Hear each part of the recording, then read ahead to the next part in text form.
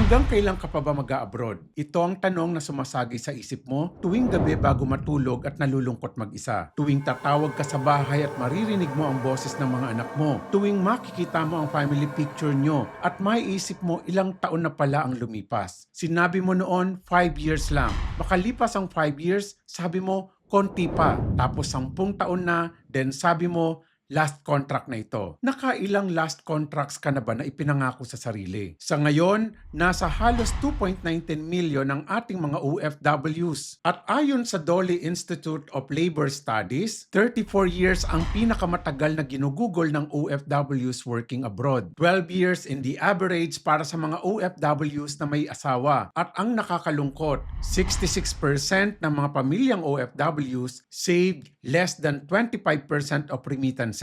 Meaning, most money is consumed, not built. Hindi ito pagiging harsh, hindi ito pagiging kritiko. Ito ay katotohanan na kailangan nating harapin. Kasi kung wala tayong malinaw na exit plan, ang pag-abroad ay hindi magiging solusyon. Ito ay magiging permanenteng sitwasyon nyo. Ako si Captain Chris Cervantes, dating basurero, dating scholar, dating seafarer na nakatigil sa pagbabarko sa edad na 39. Hindi dahil napagod sa barko, mahal ko ang profession ko. Umalis ako dahil handa na ako. At ngayon, yan ang gusto kong ituro sa bawat OFW at seafarer na nanunood neto ngayon. Ngayong episode, hindi ito retirement plan. Ito ay the reverse retirement plan. Ang sistemang makakatulong sa iyo na makauwi sa loob ng 5 taon nang hindi na kailangan pang bumalik pa sa abroad. Planadong buhay sa kardinal buhay, laging may gabay, hindi ka mawawala. Bago tayo magbigay ng solusyon, kailangan nating maintindihan ang tunay na problema. Kasi marami ang nagtatanong, kung malaki ang kita ko abroad, bakit hindi pa rin ako makatigil? The answer is in 2 words: lifestyle trap. Noong 2024, umabot sa 262 billion ang naipadala ng mga OFWs. 262 billion. At ang pinaka-pangunahing pinupuntahan nito, pagkain, edukasyon, bayarin. Hindi investment, hindi passive income, hindi freedom fund. Pagkain, bayarin, repeat. At ang pinakamalaking problema ng mga OFWs ay hindi ang mababang kita. Ang problema ay walang sistema kung paano gagamitin ang mataas na kinita para bilhin ng freedom. Tignan natin ang typical na OFW income flow. Ang gross income ay umaabot ng 80,000 to 200,000 pesos. Ang living expenses nasa 20,000 to 40,000 pesos. Habang ang naipapadala sa pamilya ay nasa 40 to 100,000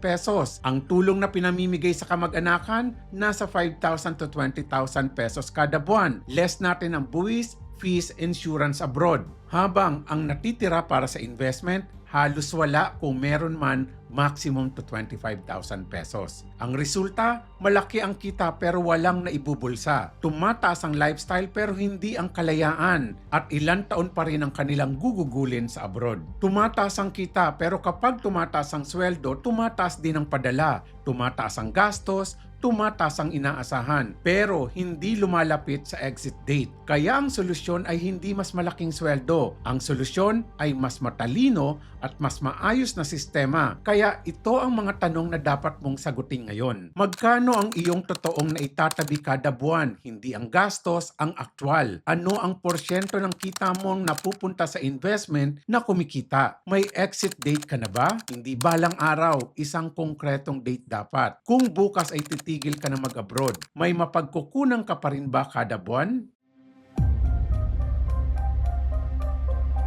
Bago tayo pumunta sa 5-year plan, we need to redefine the meaning of our goals. Kasi kapag sinabing retirement, madalas ang nasa isip natin ay pagtanda, pagtungtong ng edad na 60, pension, pahinga. At ang kadalasang problema, iniisip natin, nako, wala pa akong 30 million na ipon. But That is the wrong thinking. Hindi kailangan ng super laking ipon para makatigil for good. Ang kailangan mo ay sapat na income producing assets para hindi ka na umasa sa isang trabaho. Tignan nyo ang dalawang OFWs na ito. Pareho silang may 10 million pesos. Si OFWA, inilagay ang kanyang ipong 10 million pesos sa bangko na nagbibigay ng 0.5% na interest kada taon or 4,167 pesos na interest income every year. Pero ang monthly living expenses nila ay 50,000 pesos kada buwan. So ang monthly shortfall nila ay nasa 45,833. Meaning, in just 200 months, ubos ang 10 million pesos na yon. While si OFWB,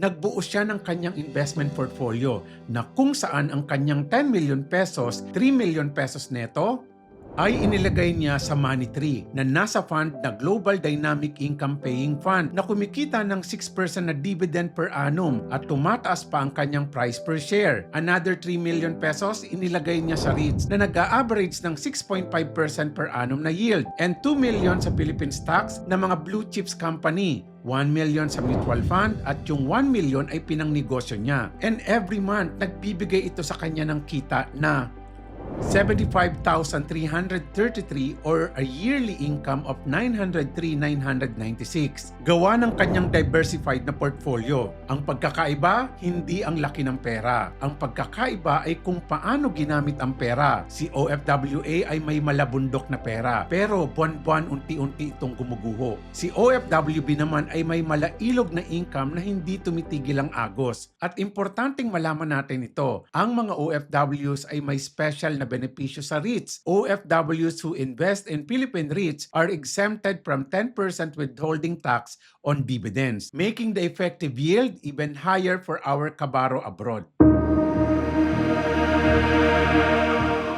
Ngayon, the heart of this episode, the 5-year reverse retirement framework. Hindi ito theory, ito ay sistema. At sistema lang ang magdadala sa iyo from point A to point B. At ito ang 5 taong paghahanda na dapat mong gawin. Year 1, protect before you build. Sa unang taon ng pagpaplano ng retirement mo, mag-build ka na kaagad ng emergency fund na good for 6 months ng family expenses. And then calculate your need for insurance and start insuring yourself and your family. And then have a budget system, 50, 30, and 20. Meaning 50% sa needs, 30% sa savings and investment, and 20% ang napupunta lamang sa lifestyle. And start eliminating your high-interest debts and start having a financial transparency. Talk to your spouse, one vision, one plan. Bakit importante ang foundation na ito?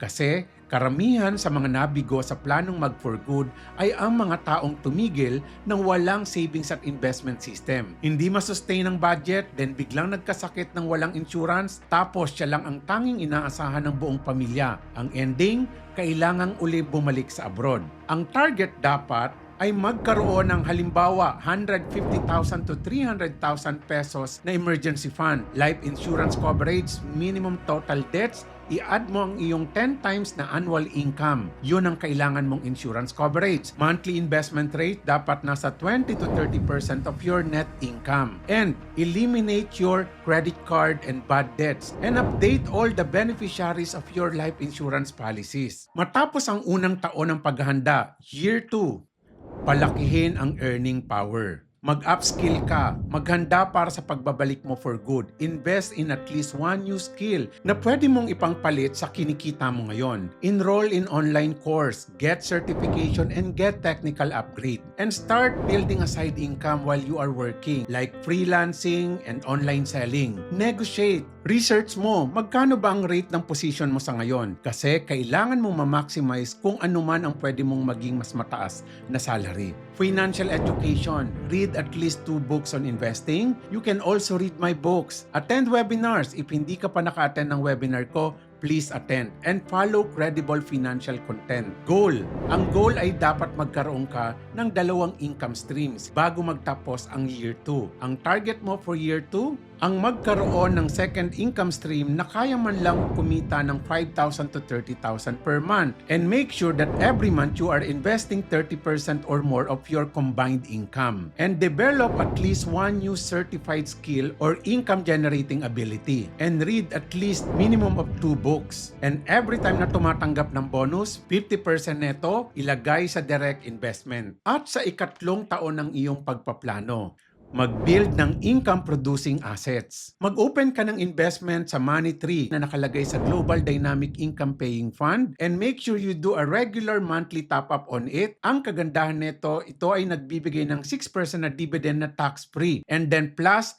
the price appreciation, perfect ito para sa mga OFWs. And you start investing also with REITs. Quarterly, may dividend siya. Ang kagandahan sa mga OFWs, tax-free ang dividend nito. Mag-open ng mutual funds or UITF account. And then, you start setting aside at least 200 to 500,000 pesos para sa business capital para sa future business mo. And you start maximizing stock investing. Imagine, with 9 million pesos na fund na blended across Money Tree, REITs, and dividend stocks at nagbibigay ng average na 6.7% na yield, kaya netong ma-achieve ang 50,000 pesos per month na passive income. Ang target mo for year 3, dapat ang total invested asset mo na ay nasa 2 million to 3.5 million na at ang monthly passive income mo nasa 10,000 to 20,000 pesos per month na. Ang Money Tree mo dapat nagta-top up ka dito ng 5,000 to 10,000 pesos per month consistently. Ang REITs holding mo dapat nasa mahigit kalahating milyon na at ang business capital mo dapat may nakatabi ka na 200,000 pesos. At sa ikaapat na taon, you have to replace part of your salary. On this stage, ang critical test is if kung tumigil kang mag-abroad next month, may papasok pa bang 50,000 pesos sa'yo kada buwan? Kaya simulan ang transition to building your business. Register a business, start building your client base, and establish your business system. Also, you need to scale up your passive income. Pwede sa pamamagitan ng pagkakaroon ng rental income, investment sa REITs, also you have to grow your dividend stocks portfolio. Importante rin na ihanda mo ang iyong pamilya. Train them in financial management. Remember, transitioning para makapag-for good is a team effort. Also,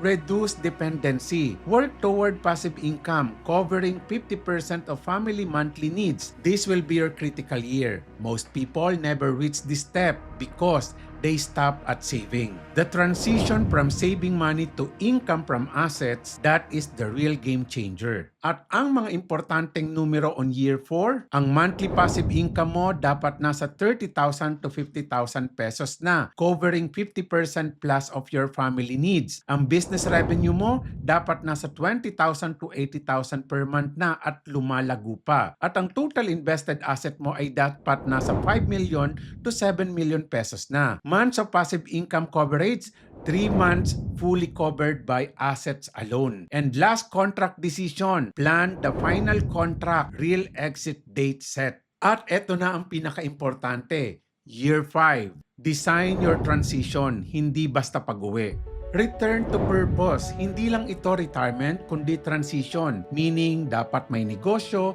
may investment, may mission. And final income audit. Dapat at this stage, your passive income plus business income ay equal to or more than 80% of your monthly current family expenses. Estate and legacy planning, prepare your last will, upgrade your insurance, update your beneficiaries. Dapat maayos ng iyong financial protection. Community, don't journey alone. Connect with the right OFW groups, connect with your barangay community, online community, and then launch, execute your plan. At importante, come home not because you're tired. Come home because you're ready. At bago tuluyang tumigil, ito ang benchmark na kailangan mong gawin before coming home for good. Ang financial independence rule of thumb, dapat may passive income ka na kayang i-cover ang 80% to 100% of your living expenses. Meaning, kung ang family expenses nyo ay nasa 60,000 pesos, dapat may 48,000 to 60,000 pesos na passive at investment income ka. At kung ang kabuoang investment portfolio mo ay kumikita ng average 6.7%, meaning ang 9 million pesos mo ay kayang magbigay ng 50,000 plus every month. At kung ang negosyo mo ay nagbibigay din ng 20,000 to 50,000, it's a good indicator na kaya mong masustain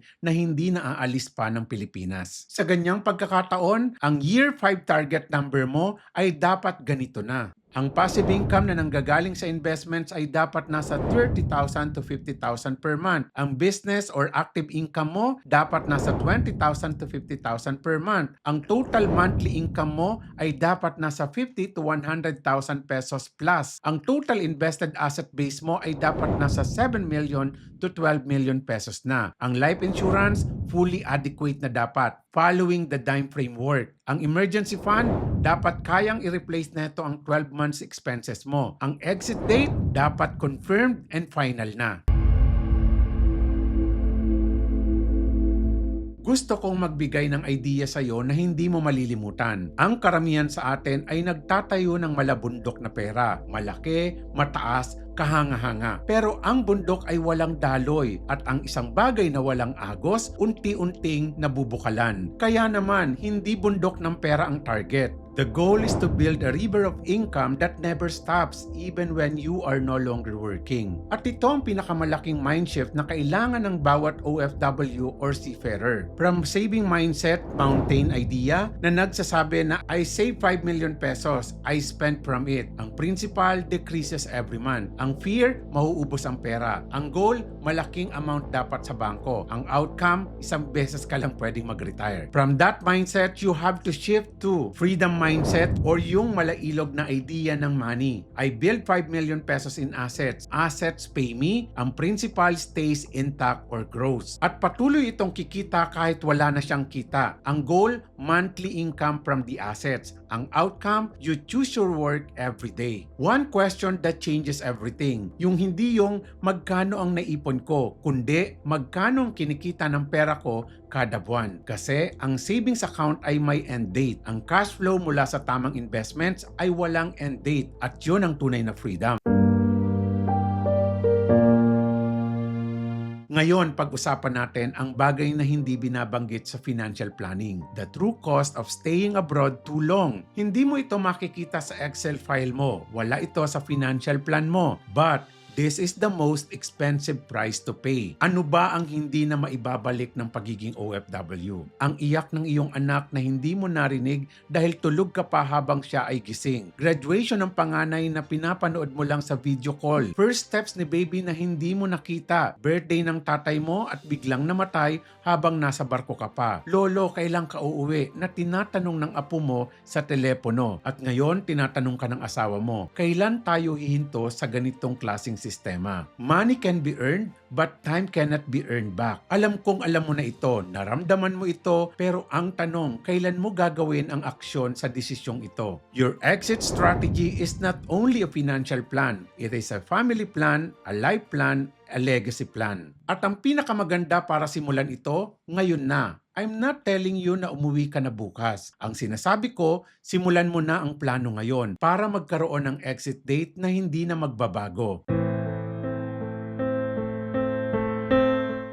Ngayon, konkretong hakbang, hindi teorya, hindi inspirasyon lang. Kung gusto mong makauwi sa loob ng 5 taon, ito ang dapat mong gawin at simulan na ngayon. Ngayong linggong ito, write down your exit date, hindi balang araw, exact date. Calculate your actual savings rate. Magkano talaga ang naiipon mo kada buwan versus sa nagagastos. Mag-open ng Money3 Global Dynamic Income Paying Fund at simulang mag-top up dito on a regular basis. Ask your spouse, how much do we need every month once you are already home? Yan ang iyong target. Write down 2 things, your freedom monthly income target at unang asset na sisimulan mo. And make sure na ngayong buwan, mag-set up ka ng budget system. 50, 30, 20. 50% sa needs, 30% sa savings at investment, 20% para sa lifestyle. Mag-open ng REIT investment account. Pag-usapan ng buong pamilya ang reverse retirement plan. Iisa lang dapat ang layunin. At kumonsulta sa licensed financial planner para gawing personal ang plano. Simula ng isang side income, kahit maliit na freelance work or online selling. Mga kabaro, to summarize the reverse retirement plan, the 5-year summary, year 1, it's all about protection. Year 2, it's all about earning power. Year 3, it's all about asset building. Year 4 is all about income stream. And year 5 is the transition. Mga kabaro, alam ko ang sakripisyo nyo. Ang panahon na malayo sa pamilya, ang gabi na natutulog ka na nag-iisa, ang mga sandaling hindi mo na maibabalik, ginagawa mo ang lahat ng ito para sa taong pinakamamahal mo. And that is a worthy and meaningful reason. Pero wag nating sayangin ang sakripisyong ito nang dahil lamang sa kawalan ng sistema. Huwag kang magsakripisyo sa abroad or barko